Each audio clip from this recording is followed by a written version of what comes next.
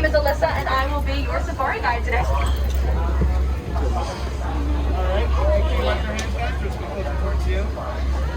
Alrighty, my friends on the right-hand side, please watch your hands, arms, feet, and legs as those doors will be closing.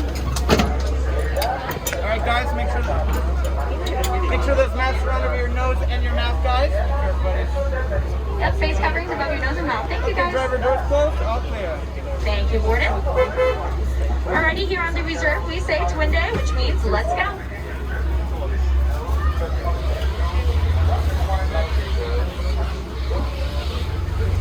Now, as we enter the reserve, I would like to give you just a couple of safety reminders.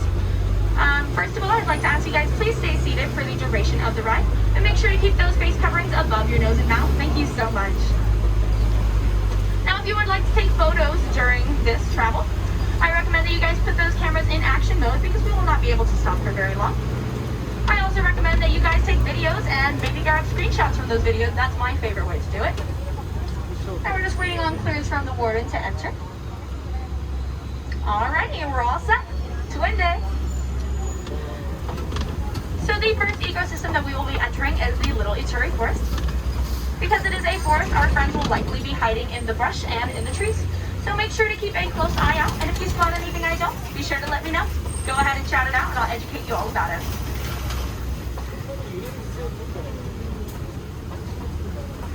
Ooh. Now the first animal you will spot is over on the right-hand side. That is the okapi. Although the okapi looks like it's got some zebra party pants on, it is actually not related to the zebra. It is related to the giraffe. The okapi was actually thought to be a mythical creature until about 1901. So it's only been in our known existence for about 120 years.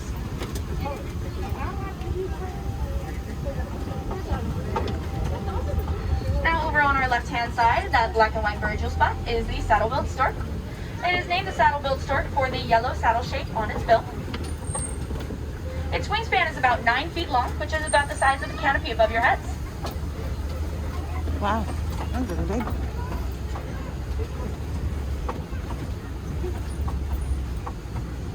Now, unfortunately, the forest is in danger. Due to deforestation, a lot of people are coming in and taking down trees for paper and wood and other products. So we can help protect these animals from habitat loss by conserving paper, recycling, and reusing. Let's see if we can find some more of these animals we're trying to protect. Now, deep in the forest on our left-hand side, you can find the bongo. The bongo is known as the ghost of the forest. As you can see, it is aptly named. They are great at hiding, especially with those horns of theirs that tilt backwards in order for them to hide deeper in the brush. Wow.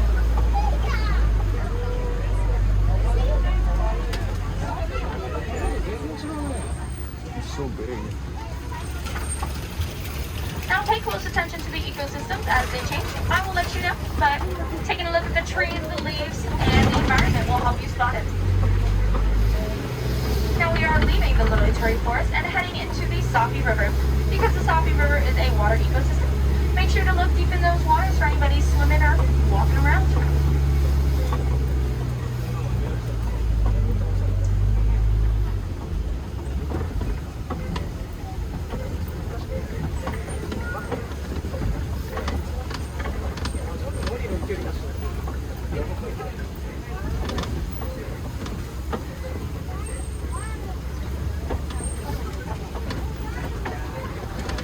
Remember, if you spot any friends out there that I don't, please be sure to let me know. Oh, hippo.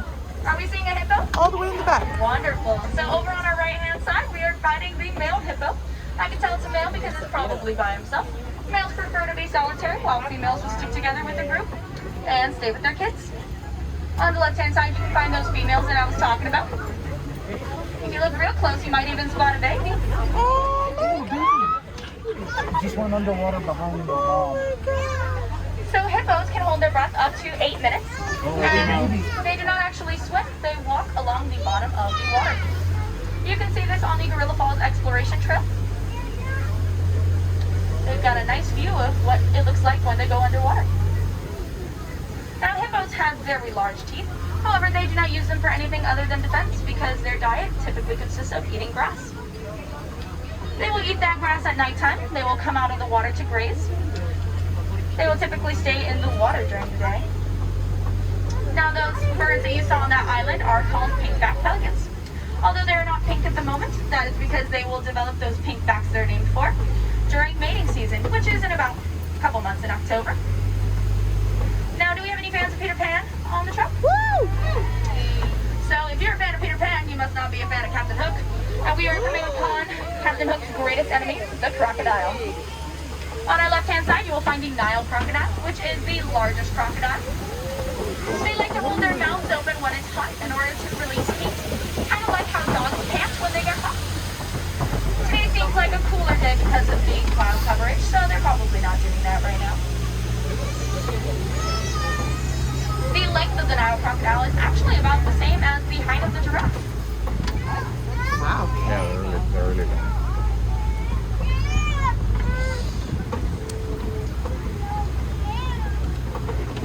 Now, like I mentioned earlier, keep a close eye on the trees, the foliage, and everything you see because not only do the animals change, but the environment changes as well.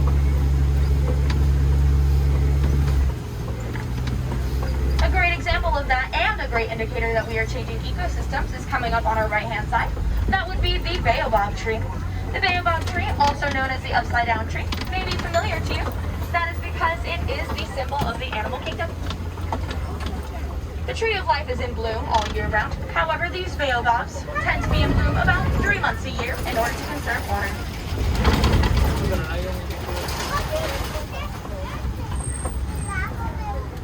Lots of animals, such as elephants, will dig into those trees in order to take some of their water. So they are a very important part of this ecosystem. Speaking of, the savanna is my favorite ecosystem because you can spot lots of different animals out here. And our first example is coming up over on the right-hand side. That would be the Hartsman mountain zebra. To answer the age-old question, are they black with white stripes or white with black stripes? The answer is, depends on the zebra. These are Hartsman mountain zebras, which means that they are black with white stripes, and you can tell this by the color of their snout and their hooves. If they are black, that means it's black with white stripes, and vice versa. The skin under their fur is also black with white stripes.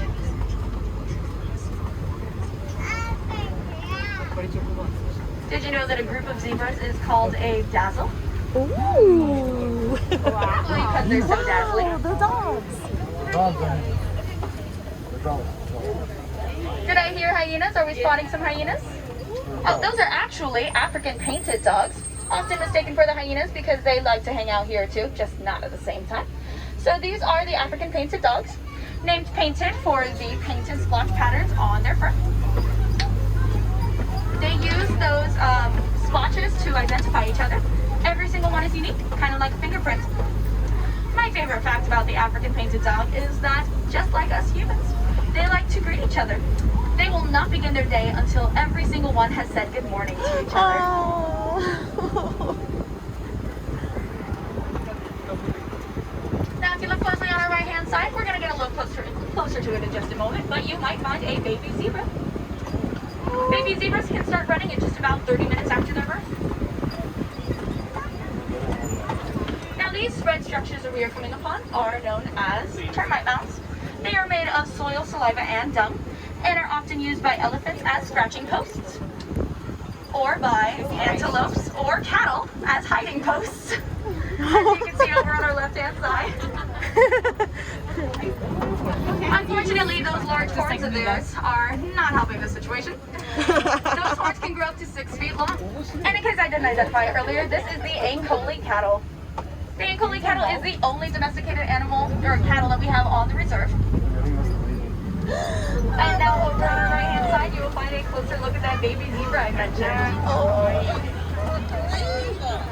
His name is Dash because he is quite fast. Zebras can run about 35 miles per hour. Now let's just make sure this zebra is not trying to cross the road. Not trying to get to the other side. All right, let's keep on going. Hope you guys got a nice good look at the baby zebra. Dazzling, isn't it?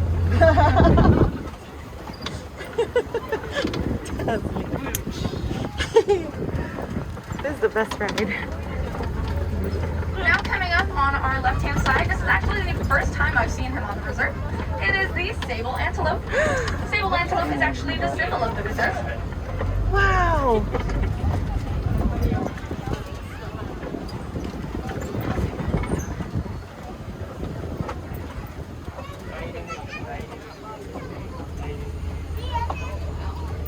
And next to him, we have the Patterson's eland. The Patterson's eland is one of the largest antelopes. And one of my favorite facts about them is that the males will dig themselves into the grass until the grass wraps around their horns. And it looks like a flower crown, and they do it to impress their mates. Aww. Over towards the back, those very small antelope that you see are called springbuck. They are small, but they are mighty. They can run up to 60 miles per hour, making them one of the top 10 fastest land mammals. And over on our right and left-hand side, you can find the giraffe. The giraffe is my very favorite animal. These in particular are a Maasai giraffe. As you can see, they are all munching and crunching. That is because giraffes will spend up to 20 hours of their day eating. That doesn't leave much room for much else, so they spend about 30 minutes sleeping a day, napping in naps of about 2 to 5 minutes. And these guys are about 20 feet tall to make sure that they can reach all their food. They have very long necks, as you can see. However, those necks are about the same invertebrates and amount of vertebrates as we have.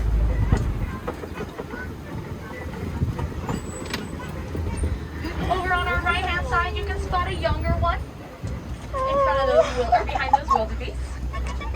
Baby giraffes are born at about 6 feet tall, and they can run in about an hour up after their birth.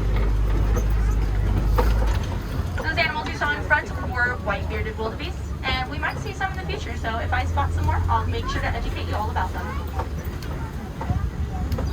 Now I'm seeing some knocked over trees here. Let's see if we can find the culprit.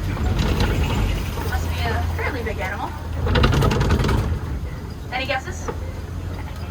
It's a panda. A rhino. Did I hear a panda? We do not have pandas here in Africa, but maybe in Asia. Jay, you're so silly. Alright, well, it looks like I'm not spotting him right now, but if you see him, be sure to let me know. I want to make sure I keep an eye out for the big guy.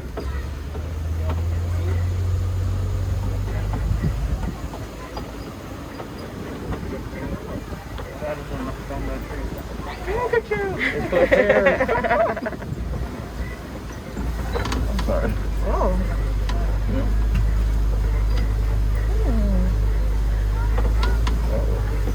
And an interesting but unfortunate fact about the savannah.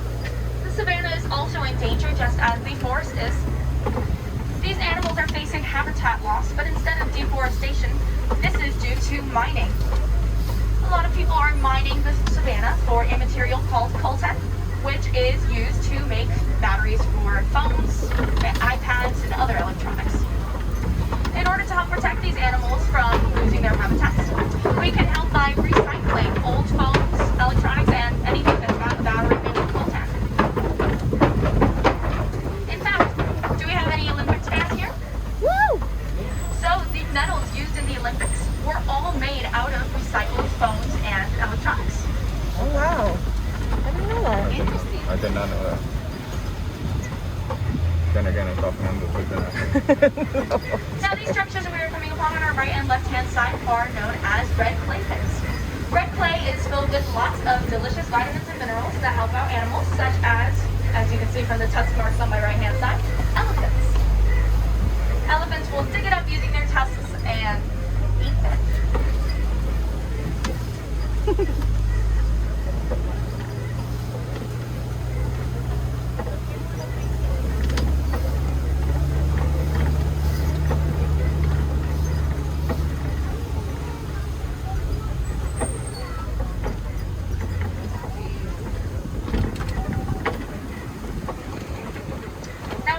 Guess for those knocked over trees, I'm sure the culprit is probably an elephant.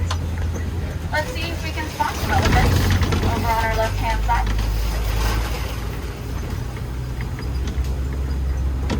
And if we don't, we have the beautiful baobab tree over on our right hand side.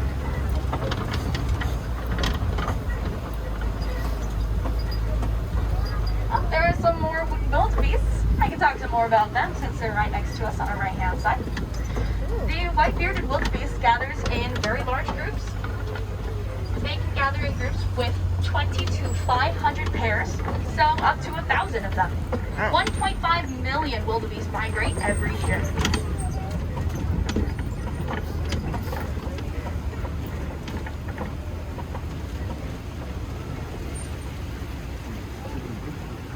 Maybe the elephants are asleep.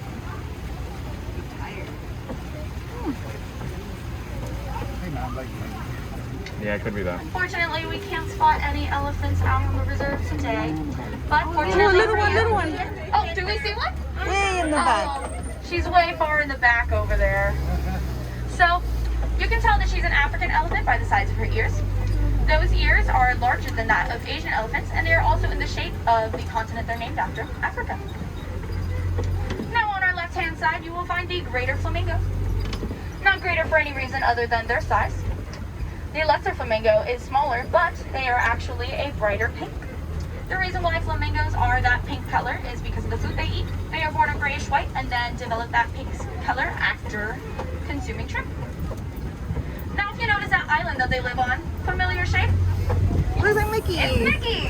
So that used to be our largest hidden Mickey here on property until we developed the solar panel farm. That solar panel farm makes enough energy to energize 2 of our parks. Wow. It is really a great example of how using natural energy and conserving energy can help us protect animals, such as these white rhinos over our left-hand side. Wow. Looks like baby's out today, which is very Look exciting. at the baby rhino over there. We've seen all the babies. I'm gonna make a nice little step up ahead so you guys can get a closer look. Now, a group of rhinos is called a crash. This is because, unfortunately, they have very poor eyesight. They can only see about 10 feet in front of them, which means that they probably can't see us right now. However, if you'll notice their ears moving back and forth, that is a good indicator that they can hear us because their hearing makes up for their lack of eyesight. Look at this little baby. Here's a closer look at baby over on the left.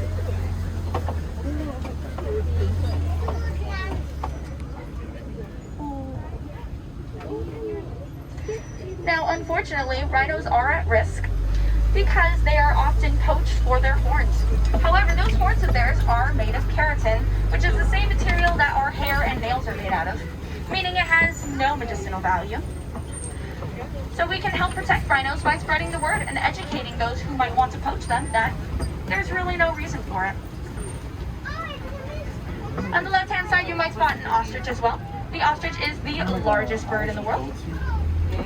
They cannot fly, but they can run up to 40 miles per hour. Ooh, a cheetah. On our left-hand side, real deep in there, you might spot a cheetah. If you do, please be sure to let me know. Now, the cheetah is notorious for being the fastest animal in the world. They can max out at about 70 miles per hour, but they can go from 0 to 40 in just 3 strides. Wow. They can be identified amongst Oh, other right big there. cats by the white tip of their tail. Are we seeing one? Yeah, behind the trees. Like that. Yeah, they're Oh, typically in the back. lying down. They won't use that energy because they can only go about 200 yards when they run at that speed. So they get tired very quickly. Do we have any football fans? Yeah. Woo. So, if you've ever noticed football players having those black stripes underneath their eyes, that is to protect their eyes from glare of the sun. And cheetahs have a similar print under their eyes to protect their eyes for the same reason. Now, these rocks that we're coming upon are a good indicator that we are changing ecosystems just a little bit. We are leaving the West Savannah and heading into the east.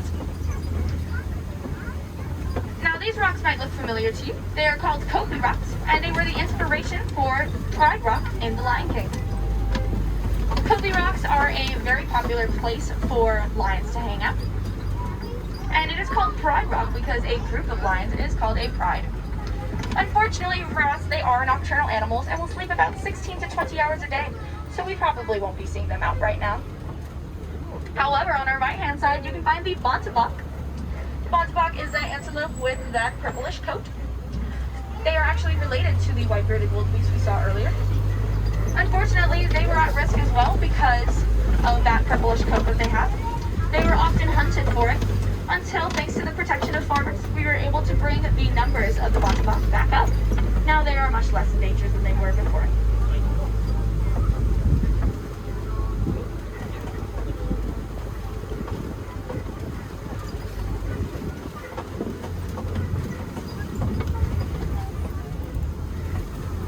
Now I mentioned The Lion King before. Hopefully you guys knew which movie I was talking about. And a wonderful character from The Lion King is Pumbaa. Pumbaa is a warthog, just like these animals that you will see on the left-hand side.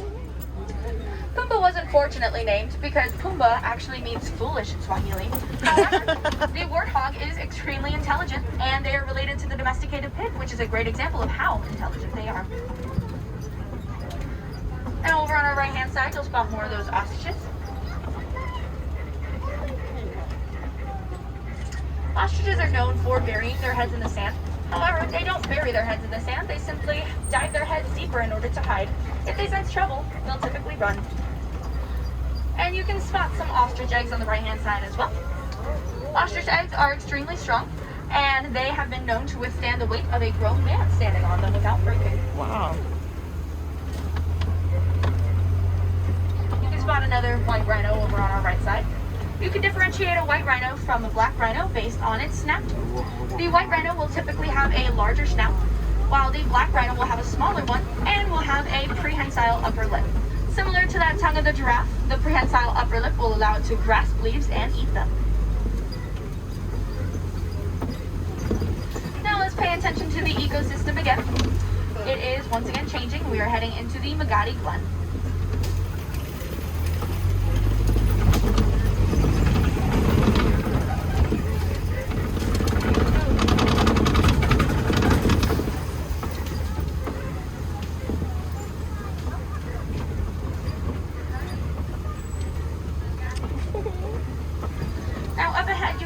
Warden's house, which is an unfortunate sign because that means that we are headed towards the village and our adventure is coming to an end. However, we might get to spot one last animal before we leave the reserve. That would be the Nigerian dwarf goats. The Warden protects these Nigerian dwarf goats in exchange for their delicious dairy and cheese. Their milk is known to be one of the sweetest, so it is a highly lucrative product, and it helps bring income to the village. The Nigerian dwarf goat also has excellent balance, which makes them great climbers, so you'll often spot them walking along the roof or on top of the Warden's truck.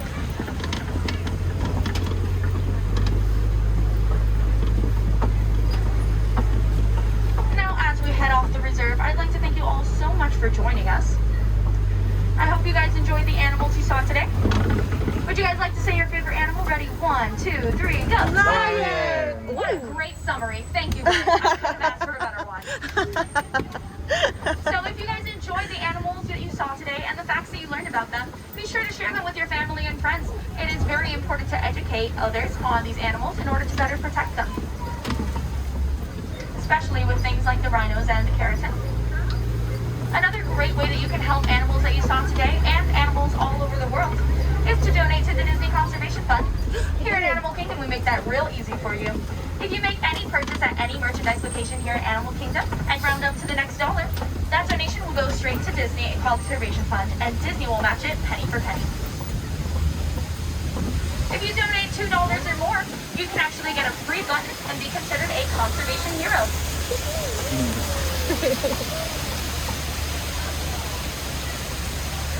Now I'm guessing that you guys are fans of animals, like animals.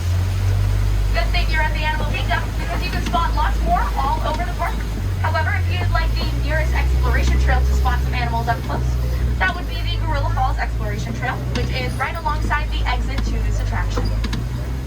Now, if we have any wilderness explorers up here, you have been awarded the Simba 1. That is Simba 1.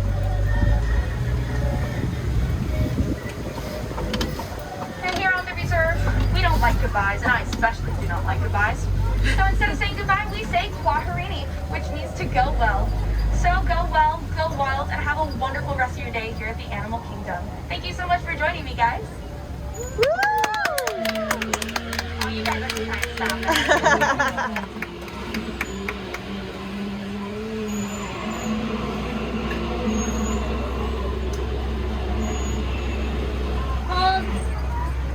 Thank you, Warden.